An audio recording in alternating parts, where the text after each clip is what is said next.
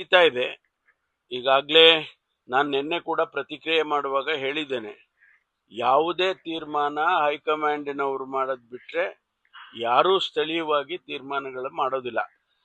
High command ಇಲ್ಲಿವರೆಗೂ ಯಾವುದನ್ನು ಕೂಡ ನಮ್ಗೆ ಯಾರಿಗೂ ಅಧ್ಯಕ್ಷರಿಗಾಗ್ಬೋದು ಅಥವಾ ಮುಖ್ಯಮಂತ್ರಿಗಳಿಗಾಗ್ಬೋದು ಏನಾದ್ರೂ ಕೂಡ ಅವ್ರು ಹೇಳಿದ್ರೆ ಅದು ಅಧಿಕೃತ ಆಗುತ್ತೆ. ಬೇರೆ ಬೇರೆ ಎಲ್ಲ ಈಗ ನಾನು ಮಾತಾಡೋದು ಅಧಿಕೃತ ಆಗೋದಿಲ್ಲ.